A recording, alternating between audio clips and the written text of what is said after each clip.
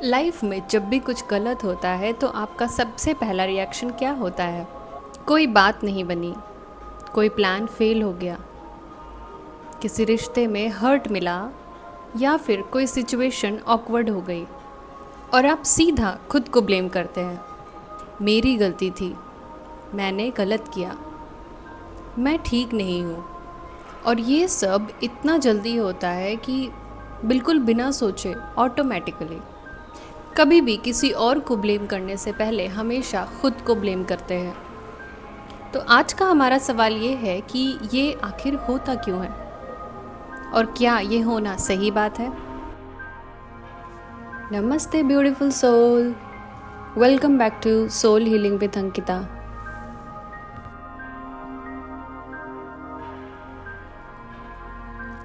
हम अक्सर सोचते हैं कि खुद को ब्लेम करना एक जिम्मेदार इंसान की निशानी होती है।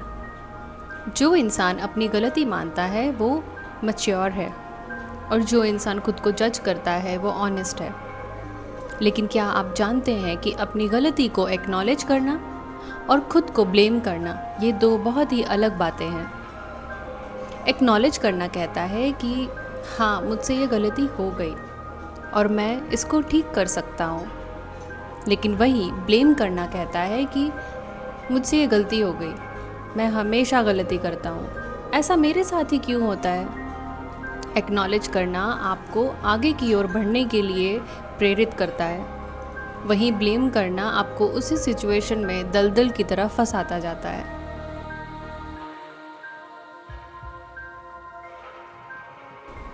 अब समझते हैं कि ये पैटर्न आखिर हम में आता कहाँ से है। In most of the cases ये हम बचपन में ही बिल्ड कर चुके होते हैं। जब हम छोटे थे और घर में कुछ गलत हो जाता था तो हमें घर वाले कहते थे कि ये इसी ने किया होगा, या ये कहा गया कि ये ही रिस्पॉन्सिबल होगा इसके लिए। कई बार तो ऐसा भी हुआ कि डायरेक्टली नहीं बोला गया लेकिन महसूस कराया गया कि गलती हमारी ही थी। और एक बच्चे का माइंड कैसा होता है, वो सोचता है कि अगर मैं मेरे से गलती होते ही खुद जिम्मेदारी ले लूँगा, खुद को ब्लेम करूँगा, तो मेरे अपने मुझसे नाराज़ नहीं होंगे, शायद सिचुएशन थोड़ी कंट्रोल में आ जाए। तो खुद को ब्लेम करना एक प्रोटेक्शन की तरह था, एक तरीका था प्यार और सेफ फील करने का। लेकिन सैडली बचपन का वो प्रोटेक्शन अब आपके खिलाफ काम कर रहा है। जब आप हर बात में खुद को ब्लेम करते हैं तो आप डिसीजंस लेने से डरते हैं, क्योंकि आपको लगता है कि अगर आपके डिसीजन में कुछ गलती हो गई तो सब गड़बड़ हो जाएगा।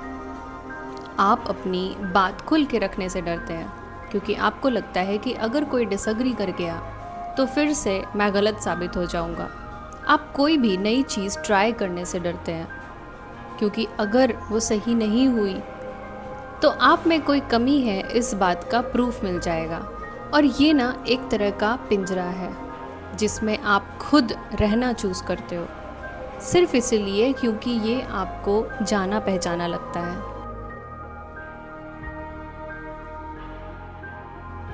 अब आप मुझसे पूछोगे कि इस पिंजरे से निकलने के लिए हम क्या कर सकते हैं। तो इसके लिए सबसे पहले फीलिंग्स और फैक्ट दोनों को अलग करना सीखो, और उससे रिलेटेड जो इमोशन आपने अपने अंदर बिल्ड किया है, जो ब्लेम आपने अपने अंदर बिल्ड किया है, वो एक फीलिंग होती है।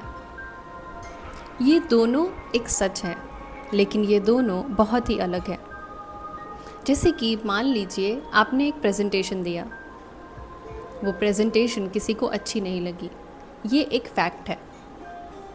लेकिन आपने अपने दिमाग में खुद को कहा मैं इनकॉम्पिटेंट हूँ, ये एक फीलिंग है। अब आता है दूसरा काम। इसमें आपको एक सवाल पूछना है। आपको पूछना है कि क्या मैं जेन्युइनली इसके लिए ज़िम्मेदार था, या सिर्फ खुद को फील हो रहा था। क्या इसमें कोई और भी इन्वॉल्व था, या मैं ही खुद से एक ऐसी उम्मीद लगा के बैठा था जो दूसरों से पॉसिबल ही नहीं है। ये एक सवाल का जवाब आपको ब्लेम से बाहर निकाल के क्लैरिटी की ओर लेकर जाएगा। तीसरा काम, आप खुद से वैसे बात करो जैसे आप अपने एक दोस्त से कर रहे होते। मतलब मान लो कि आपके दोस्त से ऐसी कोई गलती हुई होती तो क्या आप उसे भी वैसे ही ट्रीट करते, उसे ब्लेम करते जैसे आप खुद को कर रहे हो? नहीं ना। फिर खुद के साथ ऐसा क्यों?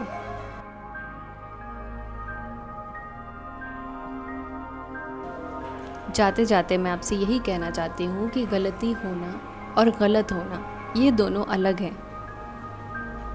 गलती होती है, हर किसी से होती है।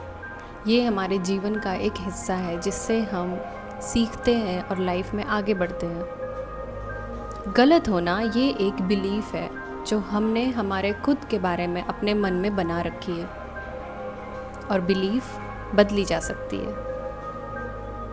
अगली बार जब आप कभी भी खुद को ब्लेम करते हुए पकड़ो तो खुद से ये सवाल ज़रूर पूछना कि क्या सच में ये मेरी जिम्मेदारी थी। इनफैक्ट आप ये भी पूछना कि हाँ, मुझसे गलती हो गई, पर इसमें से मैं क्या सीख सकता हूँ और आगे बढ़ सकता हूँ। ये एक सवाल आपका पूरा पर्सपेक्टिव चेंज कर देगा।